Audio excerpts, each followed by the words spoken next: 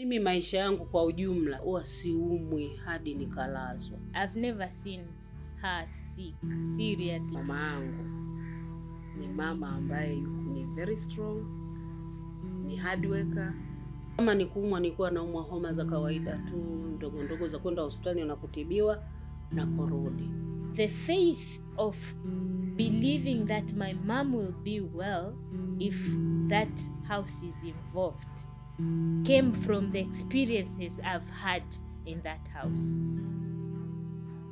What do you do when in a sudden moment in time, the life of someone as precious to you as your mother is suddenly endangered by an unexpected, life-threatening situation? When medical intervention has not provided any lasting answers, the only thing you can do is turn to God. This is the testimony of the family of Victoria Kimbe and how God came through for them. Ilikuwa siku ya Jumamosi, nilijisikia kwamba kama nimechoka hivi mchana. Nilichoka. Ingawa sikuwa najisikia kuumwa.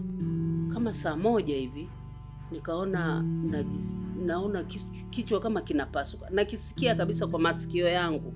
Naona kinalia tatatata. Nikajiuliza ni nini? Kuuma hapaumi. Naona tu kama chupa hivi ile inapasuka tatatata. I received a call from my sister-in-law, my brother's wife, and she said my mom is not okay. So because I've never seen her seriously sick, and it was about 8 p.m. In the evening, so I asked her if she was really serious for me to go see her. She said she's very serious. So I told her to take her to a close hospital, closer to where my mom is living. On arrival, I found mom being carried to the hospital, emergency unit, and just seeing her like that, because I've never seen her like that, stirred something in me that this is very serious. Every time we move her, she complains a lot about headache. So my sister had to sit behind her so that she can hold her head as we drive. Na bado alikuwa analalamika sana, kichwa kinauma sana. Following the failure of the first hospital to diagnose Victoria's illness, her children begin searching for additional medical assistance. Then we thought, all right, let's take her to another hospital. Mama akapokelewa, walitupokea vizuri. And I gave the report to the doctor who received us, the report from that other hospital, the CT scan and the CD and the report. So they decided to take another CT scan, which actually showed even worse condition than what was in those CDs. I remember when the neurosurgeon saw the reports, he was like, how is she not paralyzed? Because at this moment, and the condition she has, and the way her brain is right now, she's supposed to be paralyzed.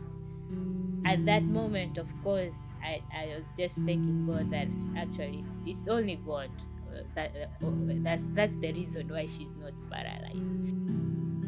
From the brain CT scan results of Victoria Kimbe, it shows that she suffered a condition known as Subarachnoid Hemorrhage. This is a state whereby a blood vessel in the brain leaks blood into the space between the brain and the skull, and it is a life-threatening condition. A complication of this condition that was also detected is hydrocephalus.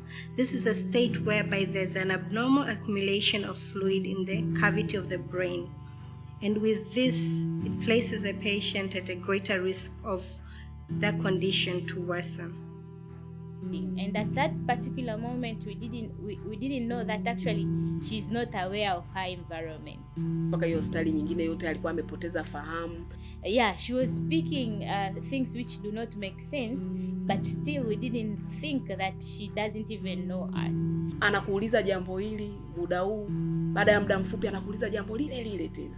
And it was really painful that she couldn't remember who we were. where she was. It was really painful. Baadaye tunamuuliza mama, sisi ni akina nani? Kuna neno fulani alilitamka, alijibu namna fulani. Nakumbuka Pendo akauliza, is she serious au? I remember asking mom again because I had told her that you are at this hospital. So I asked her, where are you? She said, I don't know. You are at this hospital. She said, why am I here? I explained again, but I had already explained before. So that explaining again just got me really emotional. Like, why can't you remember?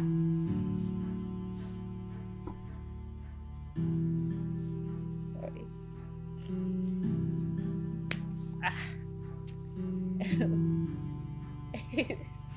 I said I want to cry.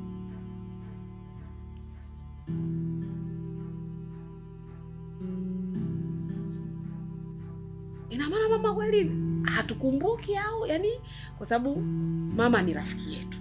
Sasa rafiki yetu hatukumbuki. Iliuma. Patients with this condition present with various symptoms, the most common being a sudden severe throbbing headache, of which Victoria Kimbe presented with. Some patients describe it as the worst headache they've had in their lives. Also, the patient may present with an altered mental status, as in her case, she showed some form of confusion and loss of memory, as being mentioned by the daughters. Also, the patient may experience general body weakness as well as tiredness or a drowsy status. Kwa upande wangu binafsi naweza nikasema kwamba kweli mawazo ya kumpoteza mama yaliniingia, na kuna wakati hata nilikuwa naweza, hata tuko hospitali, naweza nikamwacha nikatafuta tu sehemu ya peke yangu naomba, lakini unaweza ukawa unaomba bado unaishia kulia. Victoria is discharged, but the quality of her life deteriorates. Something had to be done. Niliporuhusiwa kutoka pale hospitali, nilishauriwa ninywe maji mengi sana, kwa sababu ilikuwa nisipokunywa maji kichwa kinaniuma sana. Ikabidi yani kila ninapoona tu naumwa kichwa na kunywa maji. It really was a punishment because she had to take water every 5 to 10 minutes every now and then. Na kweli nilikuwa nakunywa kila mara.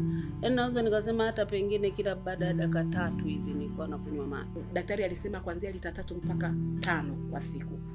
Na katika hiyo hali ya kunywa maji ilikuwa inanisumbua sana, kwa sababu ilibidi niende haja ndogo mara kwa mara. So even at night that she has to wake up, take some water and go to the bathroom. She doesn't get to sleep through the night, and also we could also sense the discomfort because every time taking water is really not an easy task. How can she live like this for the I don't know how long that we have to wait for her to get well?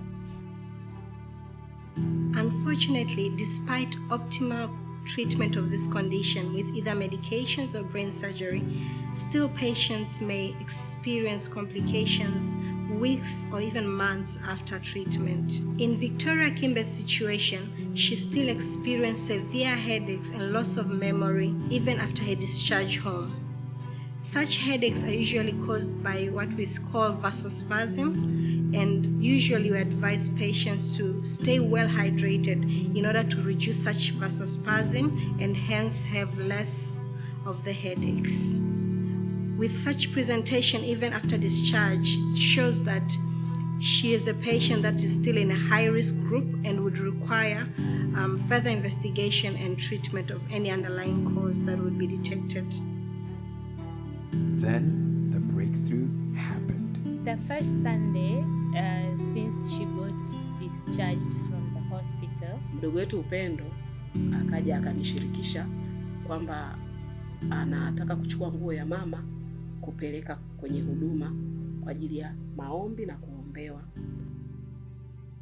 That Sunday was a blessing Sunday. So on a Saturday is when I talked to her and I told her that, Mom, there's a special Sunday tomorrow, and because you can't be there because she was still weak. So I'll take your cloth and go with it to represent you. I went to church with that cloth. As I went in front for the blessing, Pastor Isaac Mallonga was putting his hand on my other staff. And then when it came to the cloth, he took it from me. He held it, he put some more oil on it, and then stayed with it for some seconds, and then gave it back to me. And at that moment, I knew my mom was being healed. I knew as Pastor is touching that cloth, my mom is also being touched and healed. Upendo alirudi na nguo yangu, akanambia kwamba ametoka nayo kanisani, na alinambia kwamba aliniomba. When she woke up, and she herself was surprised that how comes I didn't wake up at night. Tuesday, she was energetic, she was well, she's still well until now. She's totally healed. Glory to God. So I believe that what happened on Sunday is what healed her. Tunamshukuru Mungu kwa hilo, amemtetea, na mpaka dakika hii kwa kweli mama yuko nyumbani kwake, anafanya kazi zake kama kawaida. Amerudi kwenye ishu zake za kilimo, ufugaji, ana biashara zake za kutengeza maandazi, anaendelea kama kawaida. Yuko vizuri kwa kweli, yuko vizuri, hana tatizo tena.